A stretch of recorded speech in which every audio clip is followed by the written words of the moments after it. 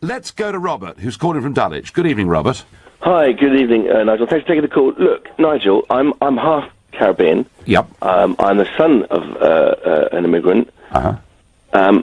And I voted for Brexit, and I am tired of our political class talking to the people in this country. I consider, by the way, I'm a massive Anglophile. I love this country. I've lived here most of my life. Yep. And I've contributed and all the rest of it.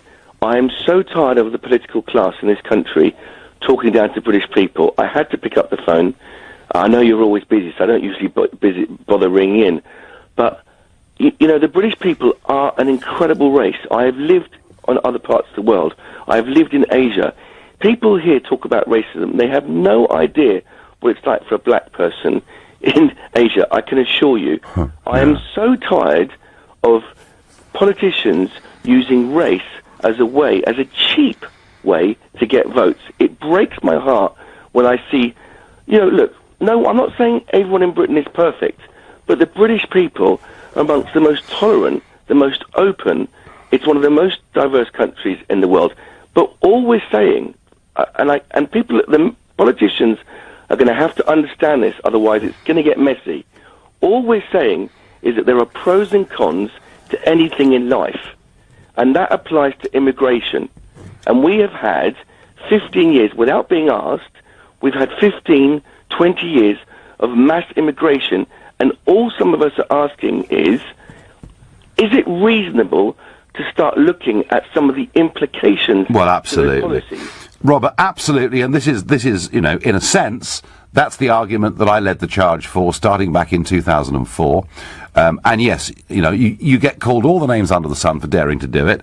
These public figures, Trump, you know, beat us all up for being horrible and racist. Actually, you mentioned Asia. Go to the rest of Europe. You know, Nigel. Yeah. Nigel, can I just mention two things? Yeah.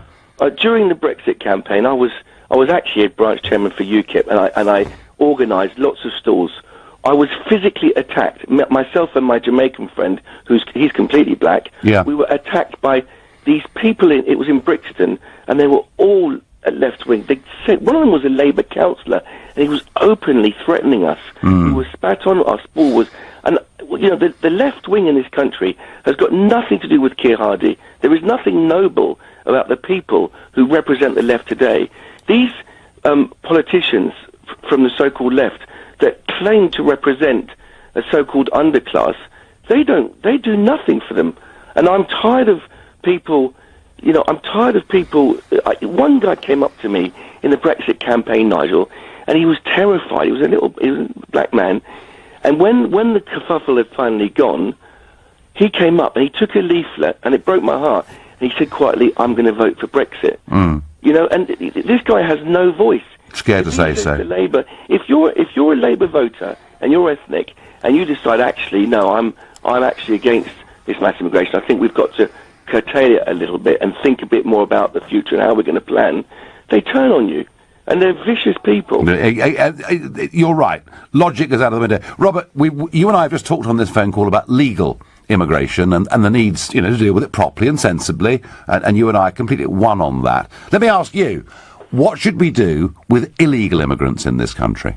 Well, it's in the definition. It's in the name. If someone is here illegally, they shouldn't be here. You know, logic has gone out the window, Nigel. This cultural Marxism has meant that it's not what you say. The logic of an argument isn't based in the argument anymore. It's based on who's saying it. This is a very dangerous road. And we've got to stand up and fight, Robert. We've got to stand up and fight. And you're one of those people who is standing up and fighting, and I admire you for that. And I thank you very much for your very, very passionate call. You didn't frankly have the balls to put country before party.